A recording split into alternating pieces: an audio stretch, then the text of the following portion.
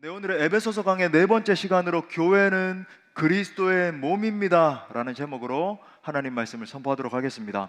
교회의 궁극적인 존재 목적은 전도와 선교입니다. 그런데 그 전도와 선교의 비전은 교회 공동체와 떼려야 뗄 수 없는 관계에 있어요. 그 점에 대해서 우리가 초대교회를 관찰해 보면 알 수 있습니다. 초대교회의 진행 상황을 보면 예수 그리스도의 십자가와 부활의 복음이 증거되면서 그 결과 공동체가 세워지는 것을 우리가 보게 됩니다. 그리고 나서 그것이 더 활발한 세계 선교로 이어지게 되죠.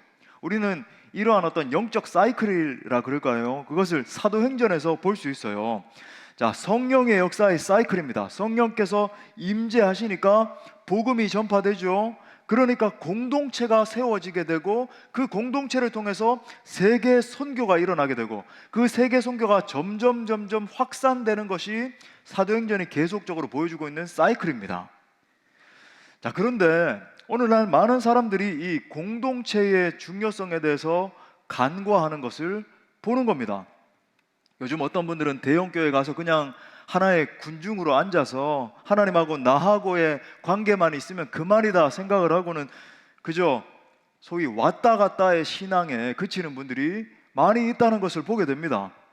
또 어떤 분들은 교회 와서 가정교회에 참석을 해보고는 나랑 안 맞는 사람이 있네. 왜 내 생각을 굳이 저 사람들하고 오픈을 해야 돼? 나는 그냥 부담 없이 그냥 개인적으로 이렇게 교회를 다니고 싶은데 굳이 뭐 안 맞는 사람들하고 자꾸 만나가지고 나누라 그러고 속 이야기를 해야 되고 왜 그렇게 해야 돼? 하면서 더 이상 성도의 교제에 참여하지 않는 분들이 계시다는 것을 봅니다. 설교 전반에 걸쳐서 제가 그 이유를 말씀드리겠지만 비성경적인 태도입니다. 주일 예배만 잠깐 드리고 성도의 교제에 참여하지 않는 태도는 비성경적인 태도예요. 어쩌면 오늘날 사단 마귀가 교회 공동체를 약화시키기 위해서 쓰고 있는 전략이라고까지 판단할 수 있습니다. 왜냐하면 성도들이 성령 안에서 교제하고 연합하기 시작하면 우리 사도행전에서 보는 것처럼 하나님 나라가 폭발적으로 확산되기 때문에 그렇습니다. 사실 나 혼자 예수 믿고 구원받는 신앙은 어쩌면 쉬운 일일지도 모릅니다. 그런데 교회에서 다른 성도들과 함께 연합하고 그저 교제하고 하는 일이 정말 여간 어려운 일이 아니에요. 원수 마귀가 목숨을 걸고 방해를 합니다. 왜냐하면 성령 안에서 교제하는 것이 교회의 본질이기 때문이에요. 그러니까 성도가 연합해서 교제하고 연합하는 것 자체가 하나님 의도하신 그죠? 교회의 본래적인 모습이니까 사단이 공격하다 보니까 그렇게 힘든 일이 되고 많은 것입니다. 자, 우리가 이러한 점들을 고려하면서 오늘은 이 교회의 본질인 성도의 교제에 대해서 우리가 깊이 상고하면서 은혜를 나누고자 합니다. 말씀을 통해서 성도의 교제의 중요성을 꼭 깨달으시고 우리 교회에 더 풍성한 사랑의 교제가 넘침으로 말미암아 결국 주님이 맡겨주신 대위임령을 잘 이루며 나가는 우리 공동체 될 수 있기를 간절히 기도합니다. 크게 두 가지로 살펴보겠습니다. 첫 번째로 교회는 그리스도의 몸입니다. 말씀 제목과 똑같죠? 우리 한번 따라합시다. 교회는 그리스도의 몸이다. 자, 오늘 23절 상반에 보니까 교회는 그의 몸이니 몸이다 이렇게 말합니다. 자, 교회는 그리스도의 몸이기 때문에 아주 신비한 연합체입니다. 무슨 말인가? 가장 선제적으로 여기서 제가 말씀드리고 있는 이 교회라고 하는 것은 어떤 건물이라든지 단체라든지 이런 걸 의미하는 게 아니에요. 여기에 모여있는 주의 권속들, 저와 여러분들이 교회입니다.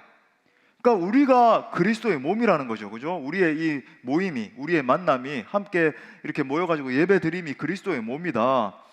물론 여기까지는 우리 모두가 잘 알고 있는 사실이에요. 그런데 문제는 오늘날 이 교회의 이 진리를 정말로 알고 있는 사람들은 극소수라는 사실입니다. 무슨 말인가? 내가 자주 들어서 익숙해져 있는 것과 내가 진짜 그 진리를 아는 것과는 차이가 있잖아요. 만약 여러분이 정말로 교회가 그리스도의 몸이라고 하는 사실을 안다라고 한다면 오늘날 교회의 모습이 이렇게 되지는 않았을 것입니다. 여러분, 교회는 그리스도의 몸이기 때문에 신비한 연합이 일어나요. 신비한 연합이라는 말은 내가 예수 믿고 부활의 주님을 내 주인으로 모시는 순간 나는 그 주님과 아주 신비한 연합체로 하나로 묶여진다라는 것을 의미합니다. 우리의 영혼 안에 여러분 상상이나 됩니까? 그 거룩하신 하나님, 거룩하신 성령께서 내주하시기 시작한다. 그죠? 나와 동행하신다. 오늘 우리가 찬양대가 고백한 것처럼 날마다 동거함을 만민이 알게 될 정도로 예수님이 나와 함께 계신다. 그런 일이 일어난다는 거예요. 지금 현재 여러분이 느끼고 있든 느끼지 못하든 그죠? 성령께서 내주하신다. 그런데 여러분 이것이 동시에 의미하는 것이 무엇인지 아십니까? 그리스도 안에 있는 모든 형제 자매들이 나와 똑같이 예수 그리스도와 연합되어 있다는 것을 의미하는 겁니다. 심지어 내가 별로 좋아하지 않는 사람도. 별로 목사님 제가 그리스도 안에서 사랑을 하겠는데 교제하겠는데 저 형제와는 제가 별로 교제하고 싶지 않아요. 저 자매와는 제가 소통하고 싶지 않습니다 라고 생각하는 그 사람과도 똑같이 예수님과 그 사람이 연합되어 있다는 말이에요. 그 사람이 진짜 예수님을 믿는다라고 한다면 그것이 무엇을 말해줄까요? 예수 그리스도 안에서 우리가 다 유기적으로 서로 연합되어 있다라는 말입니다. 자, 오늘 말씀에서 사도 바울이 분명하게 교회는 그리스도의 몸이다 이렇게 말을 했잖아요. 그죠? 이 말이 정말 진짜라고 한다면 우리의 몸을 갖다가 상상을 해보세요. 무슨 기계처럼 뗐다 붙였다, 내 마음에 드는 사람은 붙였다가 그죠? 마음에 안 들면 뗐다 가능합니까? 불가능한 일이에요. 손이 중요한 것처럼 발도 중요한 것입니다. 심장이 계속 뛰어야 몸이 유지되는 것처럼 다른 장기들이나 뼈나 피부나 신경 조직 같은 모든 것들이 다 중요한 거예요. 그것이 바로 우리가 한 성령 안에서 한 지체가 되었다라는 말씀의 의미입니다. 자, 이 진리에 대해서 사도 바울이 또 신학적으로 이렇게 설명을 해요. 고린도전서 12장 13절 우리 또 다 같이 읽어볼까요? 시작. 우리가 유대인이나 헬라인이나 다 한 성령으로 세례를 받아 한 몸이 되었고 또 다 한 성령을 마시게 하셨느니라. 아멘. 우리가 다 한 성령으로 세례를 받아서 한 성령으로 마신 바 되어서 한 몸, 한 지체가 되었다라고 말을 합니다.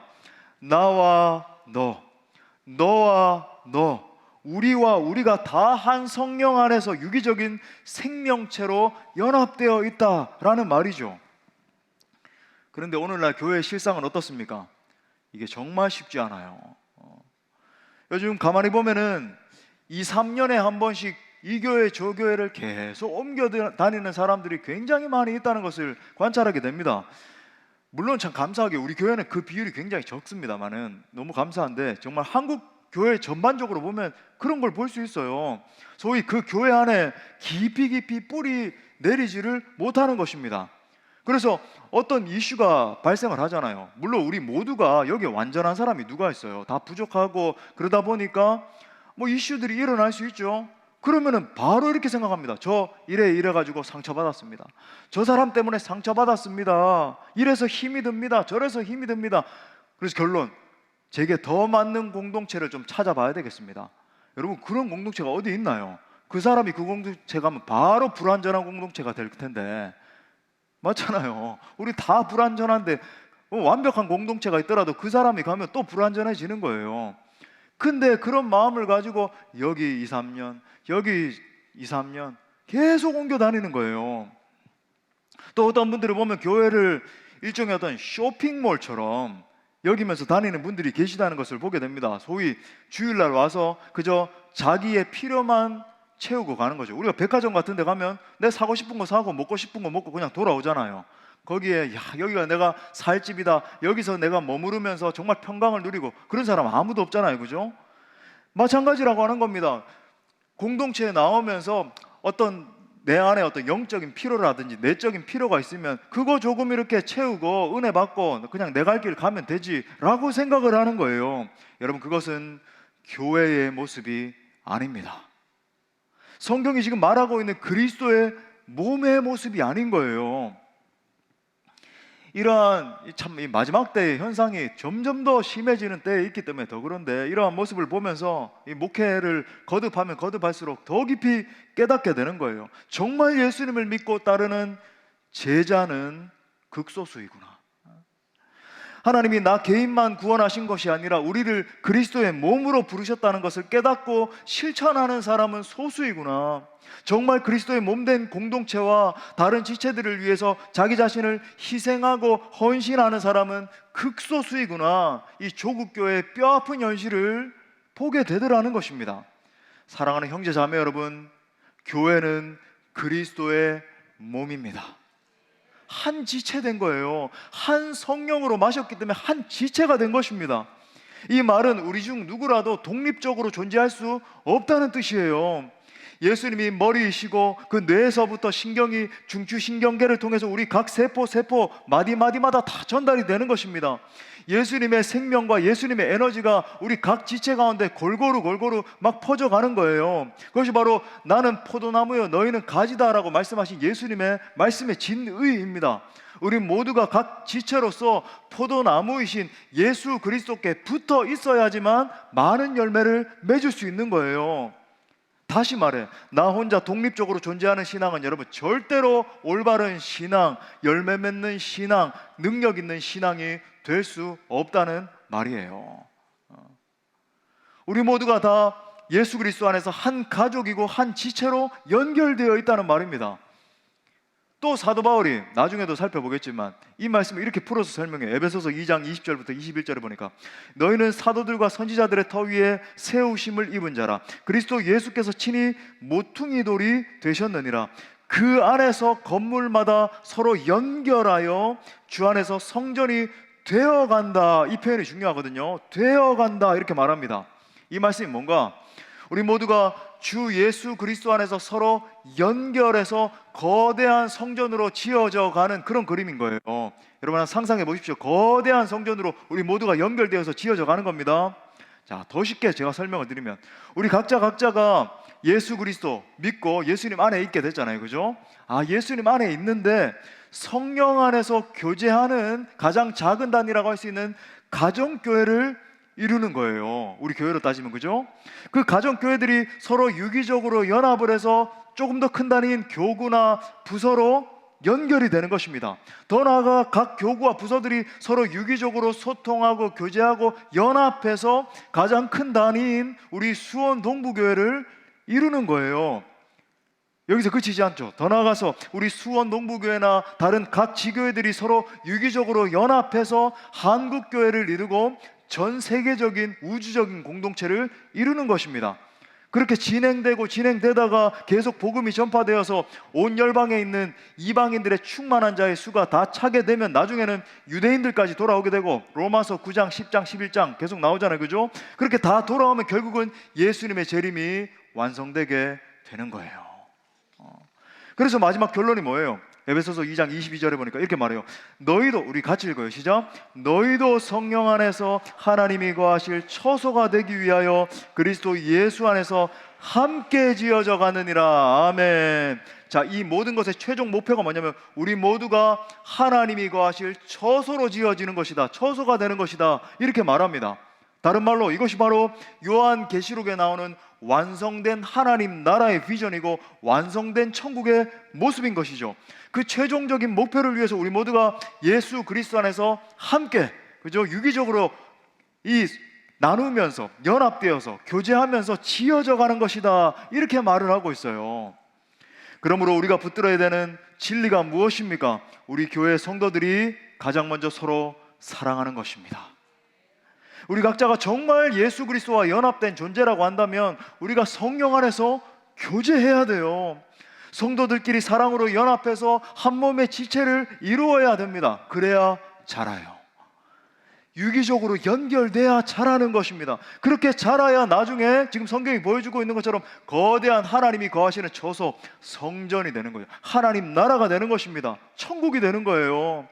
그렇게 서로 사랑하면서 하나님의 처소로 자랄 때 요한계시록 21장에 나오는 말씀이 성취되는 것입니다. 무슨 말인가? 하나님의 장막이 사람들과 같이 있고 하나님께서 우리의 하나님이 되시고 우리는 그의 백성이 되고 영원토록 그분과 같이 거하는 영원한 천국으로 완성되는 것입니다. 사랑하는 여러분, 우리 모두 참 부족한 부분들이 많이 있고 연약한 부분들이 많이 있잖아요. 지도자인 저부터도 완전하지 않거든요. 너무나 연약한 부분이 많이 있고 우리 서로 참 그죠? 상처 입고 아프고 연약하고 다 그런 부분들이 있어요. 하지만 나 같은 죄인도 용서하신 예수님을 생각하면 용납하고 용서하고 사랑할 수 있습니다. 그리스도께서 너와 나, 즉 우리를 위해서 그 존귀한 보배 피를 흘린 사실을 우리가 붙들 때에 성령 안에서 진정한 교제가 회복될 수 있다는 말이에요. 우리 공동체 가운데 더 뜨거운 사랑의 교제가 회복될 수 있기를 간절히 축복합니다. 자, 두 번째로 교회의 본질은 코이노니아입니다. 또 따라 선포할까요? 교회의 본질은 코이노니아이다. 자, 이 코이노니아 여러분 많이 들어보셨는데 원래 헬라어죠. 그러니까 이 단어가 성경에서 굉장히 참 다양하게 번역이 되어 있어요. 교제, 교통, 교류, 사귐, 나눔, 그죠? 나눔.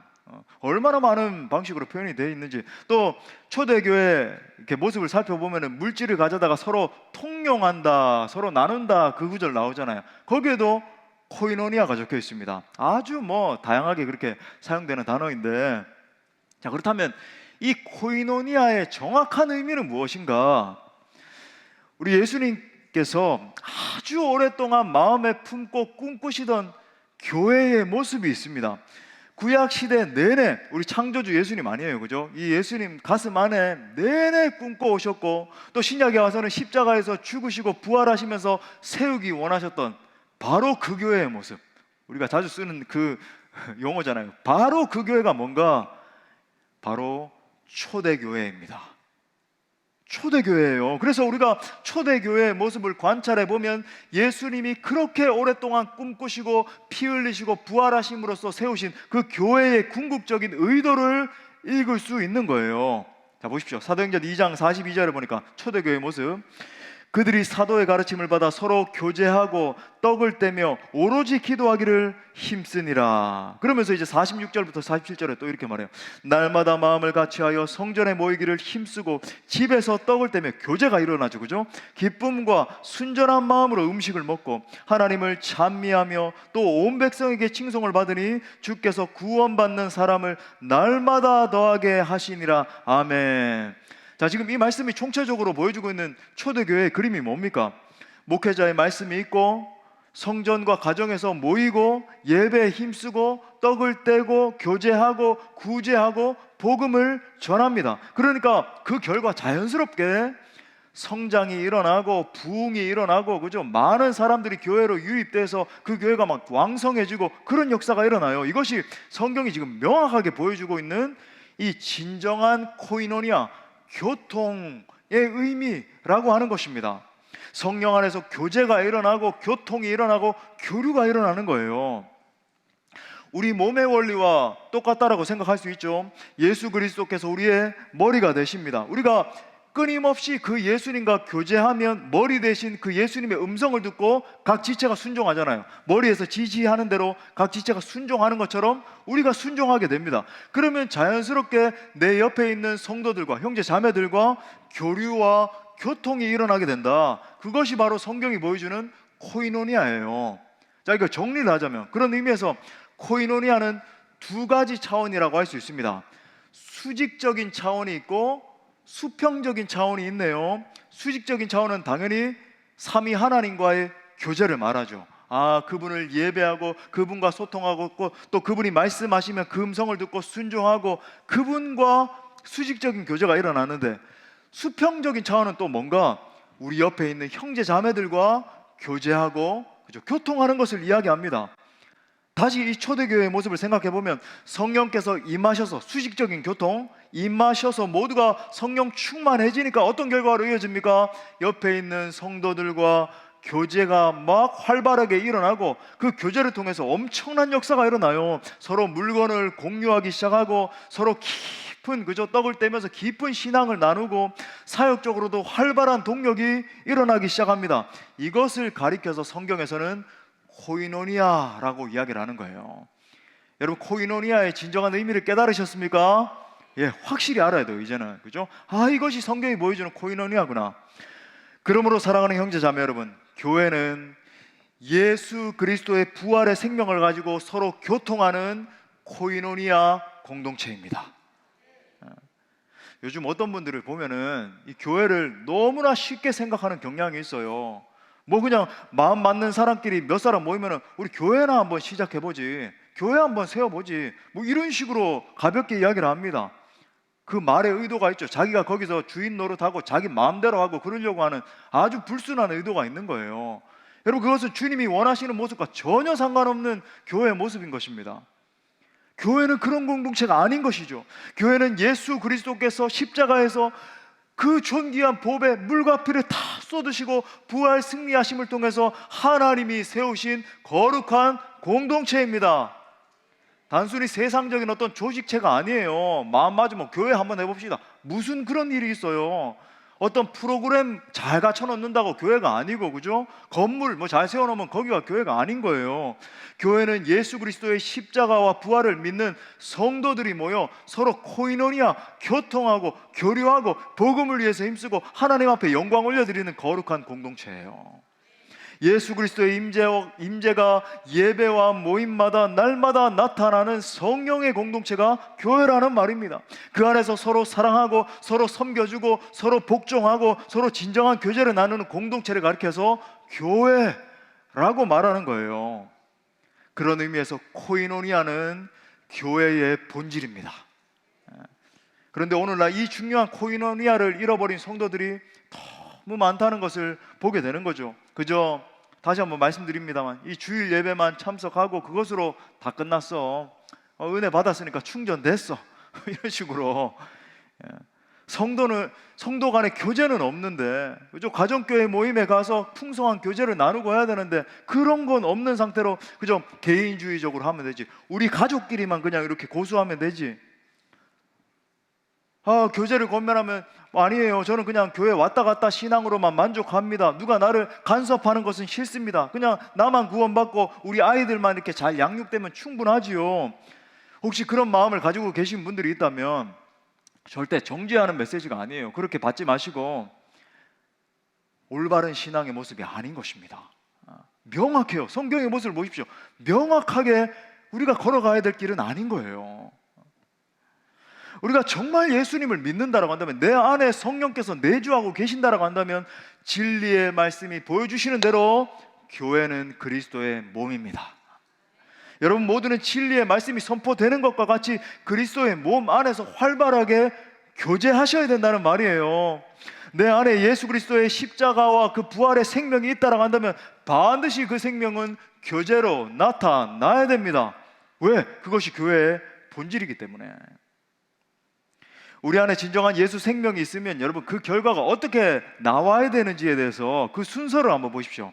자, 사도 요한이 뭐라고 말하는지 요한일서 1장 7절에 보니까 여러분 이 순서를 잘 보세요. 그가 빛 가운데 계신 것 같이 우리도 빛 가운데 행하면, 그죠? 그 예수 그리스도의 생명의 빛이 내게 임한 거예요. 뭐가 일어난대요? 우리가 서로 사귐이 있고, 코이노니아, 사귐이 있고 그 아들 예수의 피가 우리를 모든 죄에서 깨끗하게 하실 것이요. 예수님 빛 가운데 계신 것 같이 그 영광의 빛이 내게 임해서 우리도 빛 가운데 거하게 되면 반드시 어떤 결과가 나온다라고 이야기합니까? 서로 사귐이 있다, 코이노니아가 일어나게 되는 것을 이야기하는 거예요. 그 다음에 이어지는 게 뭐예요? 놀랍게도 그 아들 예수의 피가 우리를 모든 죄에서 깨끗하게 하실 것이요. 즉 죄사함의 은혜에 대해서 이야기를 합니다. 지금 사도 요한이 죄사함의 은혜보다 코이노니아의 역사를 먼저 선행해서 언급하고 있어요. 우리는 언뜻 생각할 때 죄사함의 은혜가 먼저 있고 그 다음에 따라오는 것이 코이노니아 아닌가? 아니요. 지금 순서를 보세요. 코이노니아를 먼저 언급하고 죄사함의 은혜를 언급하고 있습니다. 우리가 항상 고백하는 이 사도신경의 순서도 똑같아요. 성령을 믿사오며 거룩한 공예와, 다음에 뭐가 나옵니까? 성도가 서로 교통하는 것과 코이노니아, 그 다음에 나오는 것이 죄를 사하여 주시는 것과, 지금 사도신경에서도 성도의 교제를 죄사함의 은혜보다 먼저 선행해서 고백하고 있죠. 우리가 날마다 그렇게 고백하고 있어요. 예수 그리스도의 그 놀라운 구속의 은혜가 임하게 될 때 성도의 교제가 얼마나 중요하게 일어남에 대해서 보여주는 대목이라고 할 수 있습니다. 왜냐하면 성도의 교제는 교회의 본질이고 핵심이기 때문에 그렇습니다. 그 성도의 교제가 일어날 때 놀라운 죄사함의 역사가 막 성도들 가운데 일어나게 되는 거죠. 복음이 확산되는 거예요. 사랑하는 여러분, 그렇기 때문에 여러분이 속한 가정교회 모임이 너무나 중요한 것입니다. 말씀을 중심으로 성도의 교제가 충만하게 일어나는 기초 공동체가 가정교회예요. 성도가 서로 교제하는 가운데 서로를 향한 뜨거운 사랑이 일어나는 것입니다. 그러면 그 속에서 신앙이 없던 초신자들도, 그죠? 그 심령이 막 녹아내리는 역사가 가정교회 안에서 일어나는 거예요. 초신자들의 마음 가운데 아직까지 하나님의 사랑을 경험해 본 적이 없는데, 와, 이것이 하나님의 사랑이구나. 세상에서는, 직장에서는 한 번도 받아보지 못한 막 사랑을 그저 가정교회 식구들을 통해서 막 받거든요. 막 섬겨주고 기도해주고 막 품어주고 어려운 일 있으면 막 도와주고, 그러다 보니까 우와, 하나님이 이러한 모습으로 나를 사랑하시는구나, 주님의 사랑이 막 느껴지면서 그 안에 녹아내리는 겁니다.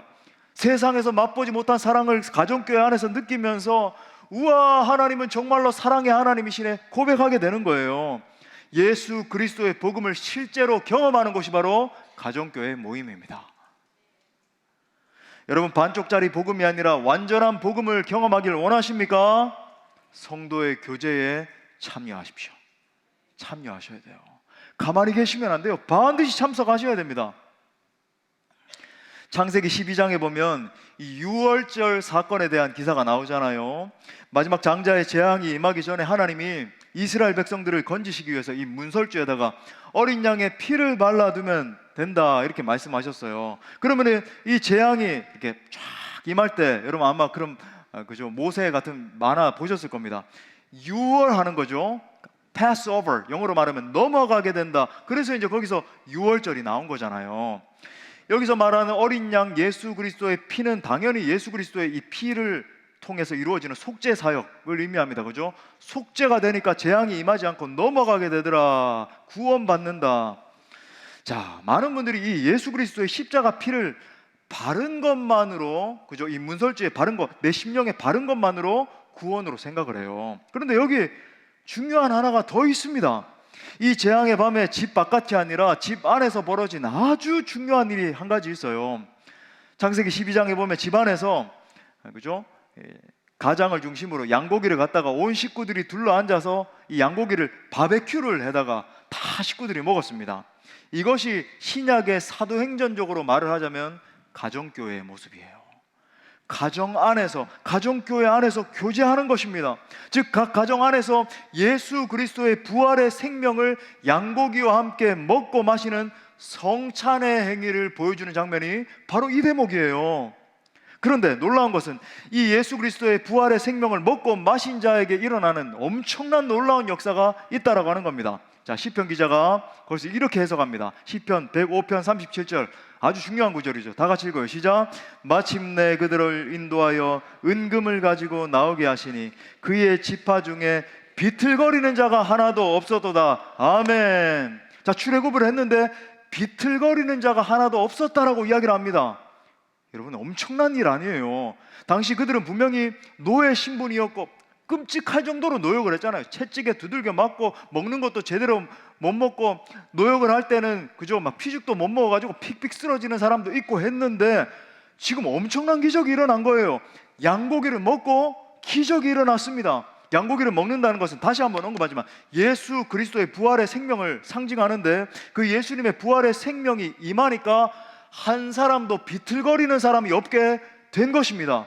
예수님의 부활 생명이 내 안에 들어와서 내가 그 생명으로 충만케 된 거예요. 힘이 넘치는 것입니다.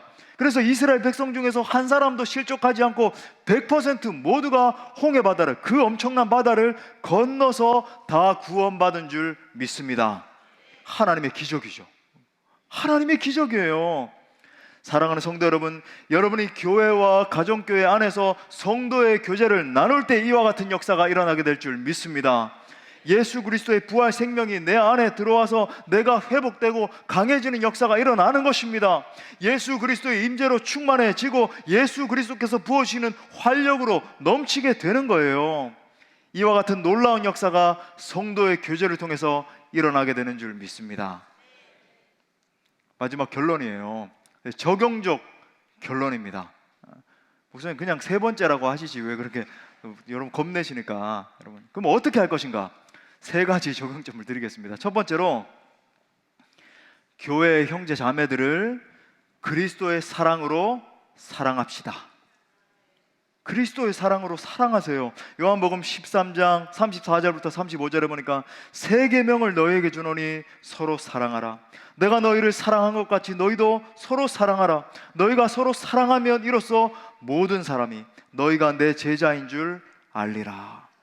무슨 말인가? 세상이 우리를 보고 저 사람 정말로 예수님의 제자이네, 저 공동체를 보니까 정말로 하나님이 살아계신 것을 내가 느끼겠네 라고 인식하는 지점이 무엇이라고 말합니까?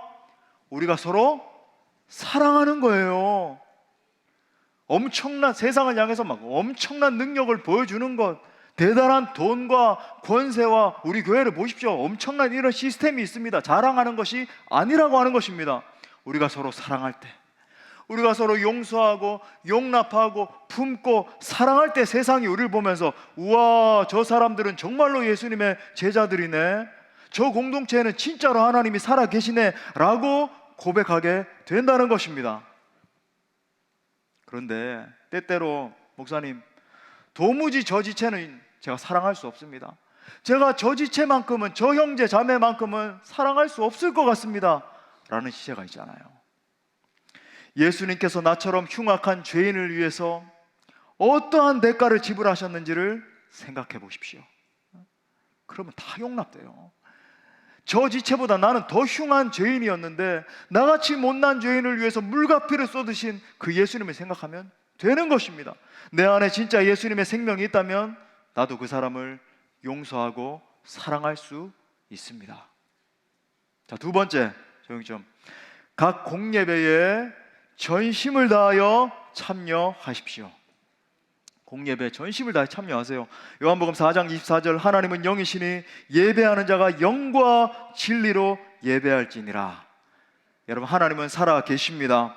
여러분이 정말 하나님이 살아 계신 분이심을 믿는다라고 한다면 예배에 적극적으로 참여하십시오. 참여해서 전심을 다해서 이 말씀처럼 영과 진리로 예배하십시오. 그때 영이신 하나님께서 여러분의 삶에 복을 내려 주실 것입니다. 여러분의 인생의 상한 부분들을 고치시고 새롭게 하실 거예요. 결국 여러분의 전 인생을 통하여 그분의 위대하심을 만방에 드러내실 것입니다. 예배의 능력이죠. 예배의 능력. 그죠? 마지막 세 번째, 가정교회 모임에 적극적으로 참여하십시오. 이 세 번째는 따라서 한번 선포합시다. 가정교회 모임에 적극적으로 참여하자. 감사한 것은 우리 교회 가정교회 이 실천 비율은 다른 교회들과 비교했을 때 좀 높은 편이에요. 정말 감사한 일인데, 그런데 부족한 것이 한 가지 있습니다.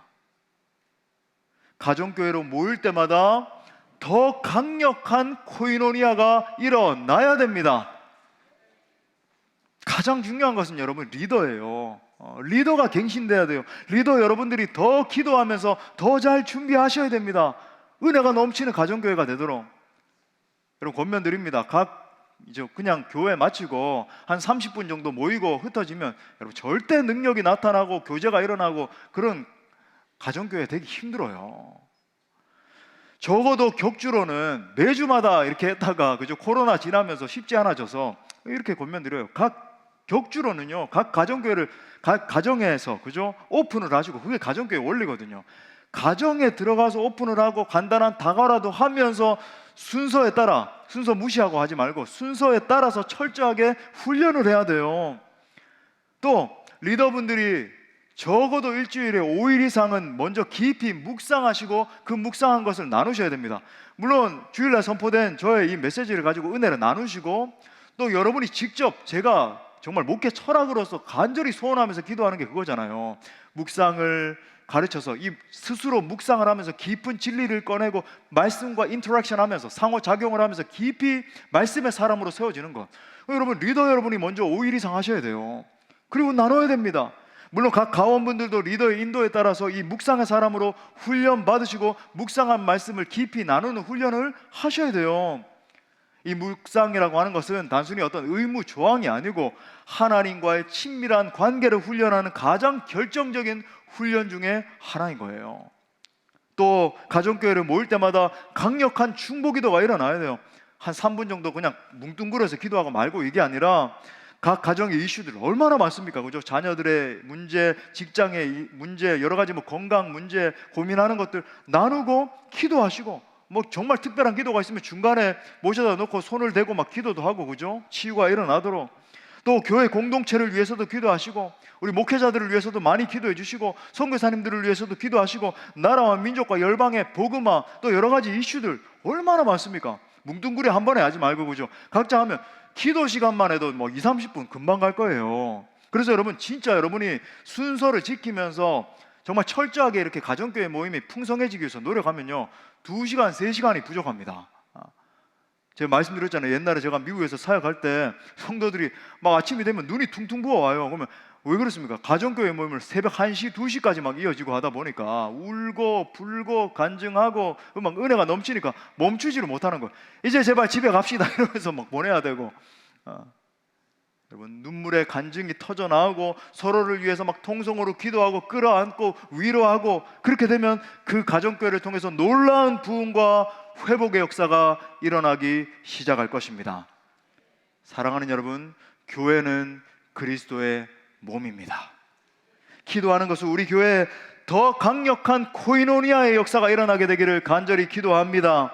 그래서 각 개인들이 살아나고 가정교회가 살아나고 공동체가 부흥함을 통해서 결국 우리를 통해서 세상이 주를 보게 되는 역사가 일어나게 되기를 간절히 축원합니다. 우리 말씀을 주신 하나님께 영광의 박수 올려드리겠습니다. 다 같이 일어나셔서 함께 찬양하고 기도합시다.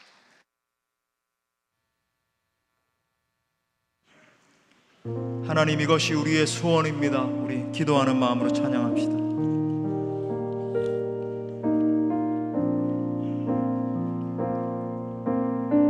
우리에겐 소원이 하나 있네. 우리에겐 소원이 하나 있네. 주님 다시 오신 그날까지 우리 가슴에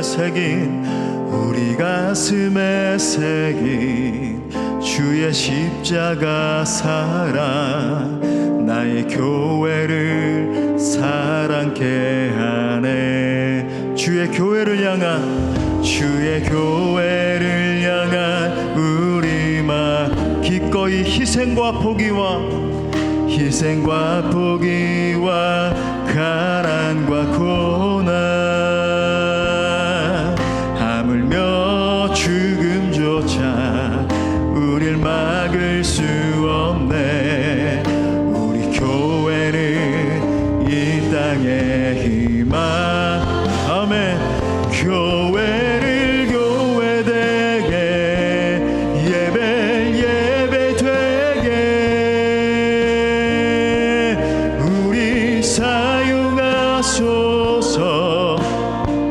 진정한 부흥의 날 오늘 임하도록 우리 사용하소서. 한 번 더 기도하는 마음으로 우리에게 소원이 있습니다. 주님, 우리에게 소원이 하나 있네.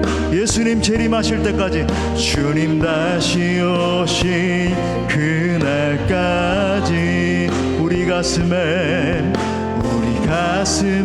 새긴 주의 십자가 사랑, 나의 교회를 사랑케. 우리 교회를 향한 우리 희생과 포기와 가난과 고난, 하물며 우릴 막을 수 없네. 우리 교회를, 우리 다 함께 선포합시다. 교회를 교회되게, 교회를 교회되게, 예배 예배되게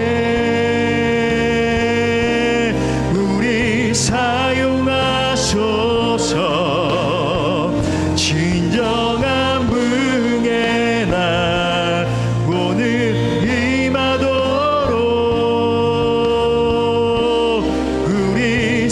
우리 결단하는 믿음으로 두 손 높이 들고 성령 안에 예배하리라. 성령 안에 예배하리라. 아멘. 자유의 마음으로 사랑으로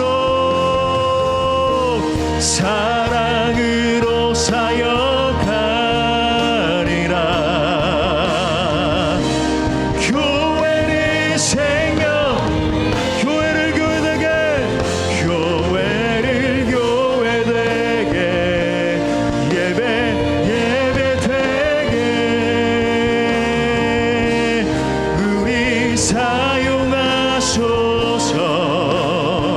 진정한 부흥의 날 오늘 임하도록 우리 사용하소서. 이 시간 우리 말씀 붙들고 함께 기도할 때 우리를 코이노니아 공동체로 부르신 하나님 앞에 우리 기도합시다. 하나님이 우리를 한 공동체로 부르실 때는 우리의 교통과 교제를 통해 하나님의 임재를 세상에 나타내는 거룩한 목적을 가지고 부르셨다는 것을 기억합시다.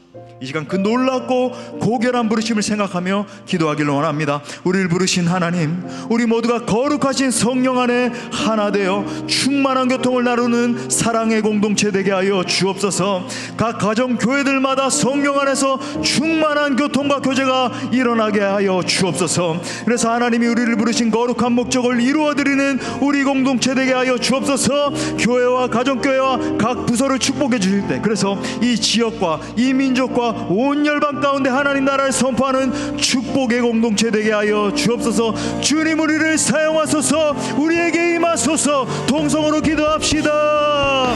주여